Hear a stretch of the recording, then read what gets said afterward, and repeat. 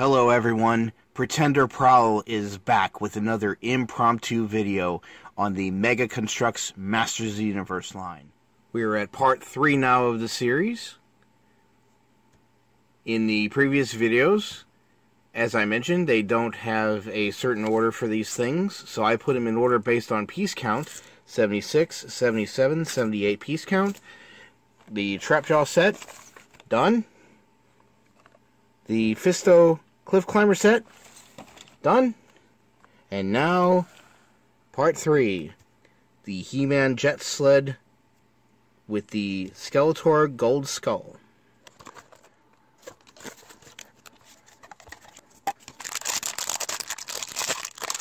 Three bags for this set. One of them, of course, being the another He-Man figure. It may be another He-Man, but I am really digging the harness. Before we get too in-depth with the figure, I want to make a small note on the assembly. The legs have a pole that thrusts into the main body, as do all Mega Construx figures. This one took a lot of force. It was a lot of force to get that to go inside of the torso. When I was putting that together, I'm like, it shouldn't be this hard to do. Also, the head is super, super stiff. Very hard to maneuver that head. Definitely going to have to work that around a little bit to try to wear that ball joint down. What is considered by most to be important in a review is comparisons to other versions of the figure. So here we have the Jet Sled He-Man. I'm about to match him up with other He-Men that have been released throughout the line. Here he is with the Showdown He-Man that came with it was the one that came in the 2-pack with Beastman. Again, differences are pretty night and day. Significant difference, of course, is the sword. Oddly enough, the silver part of the sword on this He-Man actually matches the silver on this one. Jet Sled He-Man compared to the Castle Grayskull He-Man that was released with the Akala sword. The silver on camera looks the same, but in actuality, the Jet Sled He-Man's sword is slightly shinier. Here is Jet Sled He-Man compared to Battle Armor He-Man. Differences are pretty obvious. I will make a note, though. If you do need a sword for the Battle Armor He-Man, borrow the one from Jet Sled He-Man. It matches the axe on Battle Armor He-Man very well. Not perfect, but, you know, maybe 98% accurate. Here he is with the Wondar Savage He-Man, which was released by Mega Construx with the Battle... Wait a minute. Oh, sorry. This is another one of my customs. Yeah, I made a Wonder Bread He-Man for the Mega Construx line out of some parts. We'll cover him some other time, okay? And here is Jet Sled He-Man compared to the Battle for Eternia He-Man. Differences you probably can't fully tell on camera are the dots on the belt. The Jet Sled He-Man has dark reddish brown dots, whereas the Eternia He-Man has the light reddish brown dots. Of course, differences are the Power Sword. I believe the heads are identical.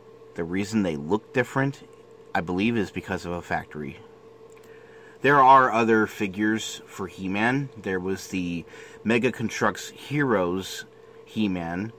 That was one of the first ones that ever come out. I do not have that one. I also do not have, at this time, the He-Man that came with the Wind Raider attack. But from what I've seen of other pictures and videos, I believe that those two figures are very similar to this Mega Construx Eternia one. Since I have all my He-Man Mega Construx figures all out, I'd like to show you guys a small trick customization idea. Basically, it's like a transplant. You need a donor and a recipient. The donor is going to be the Eternia He-Man. The recipient is going to be the Jet Sled He-Man. One of the first things you need to do is just take off one of the right hands. Well, it's either hand, because they're pretty much the same. Take off one of the hands of your donor. Sometimes they get really tight in there. It's hard to mess with it. I might need some kind of tool or something. Perhaps you require assistance. No, Vader. I'm good. I'll get it. Are you sure? I am an expert in such matters. No, Lord Vader. I'm good. You can move along now.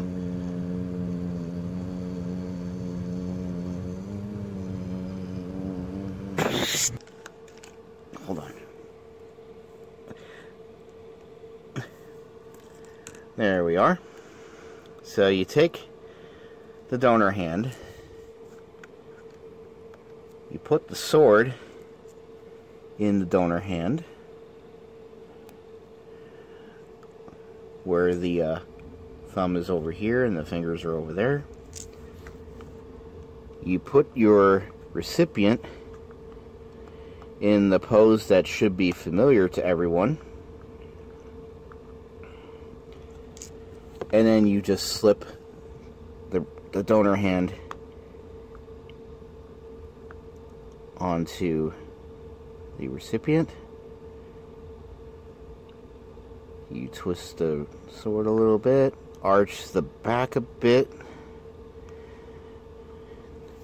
and now you have an iconic pose that if you are an avid collector of this series, you're like, wow, I can never get him to do that.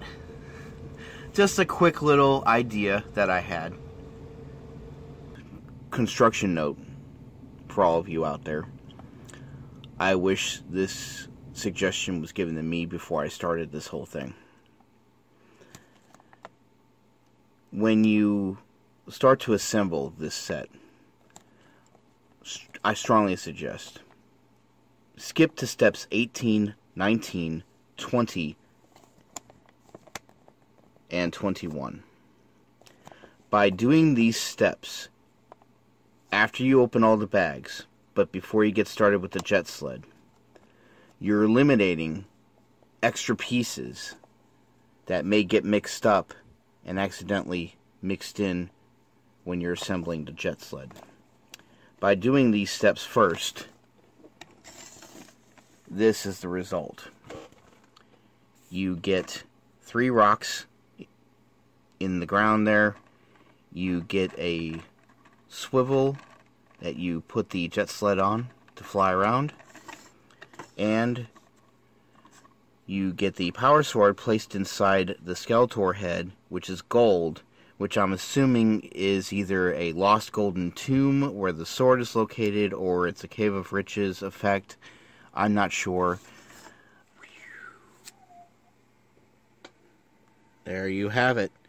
All assembled, well, the way the manual wants you to do it, is the He-Man jet sled on top of the golden Skeletor Cave of Riches, is what I think they're trying to do, because they want you to put that power sword inside the skull there.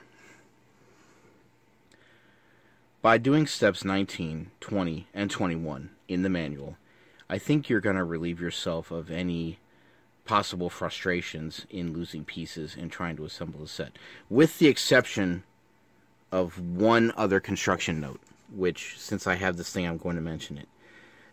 These two guys, right here, these little missile tips, you only get 2 of them. You need them because they are the tips of the rockets on the sides of the jet sled. Now, I believe it's within the first 2 or 3 steps that you put these on, which is awesome. But before you start assembly, take these and put them on the stand. Put them on the stand like that and get them out of the way. Because when you try to mix them with your parts and when you're digging through parts trying to find the pieces you need, these will get away from you. These will roll off your surface and you will never see them again. There's another step that the manual wants you to do. After I do this step, I'm never going to do it again. But I'm going to do it just to show you guys. First you take He-Man off the jet sled. Put him aside for just a moment. The handle of the jet sled goes as far down as you can take it. There's a small connector they give you. It goes in the center hole of the jet sled at the bottom.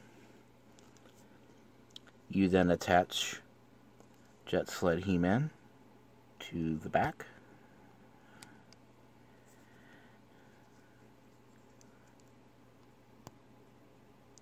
Which I am having difficulty with because it's that torso. The same problem that made me force these legs into the torso is also giving me very, very high resistance when I try to put that peg into his back. So once again, once I do this step, that's it. I'm never doing this again.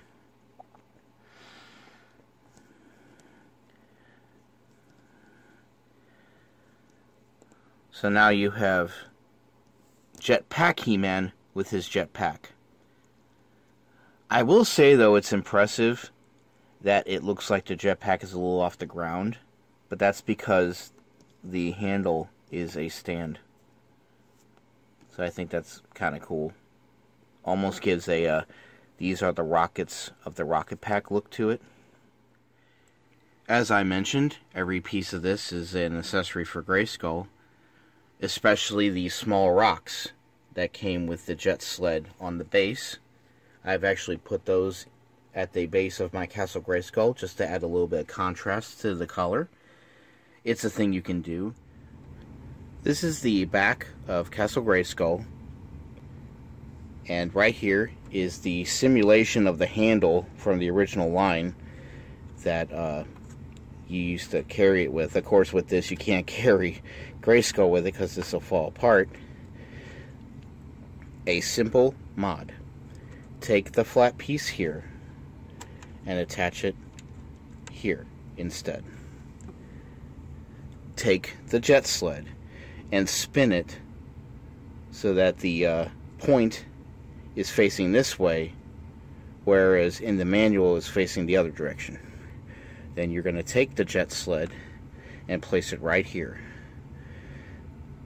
This gives the illusion that someone is leaving from behind Point Dread and swinging to the front of Castle Grayskull. Here's that same image from the front.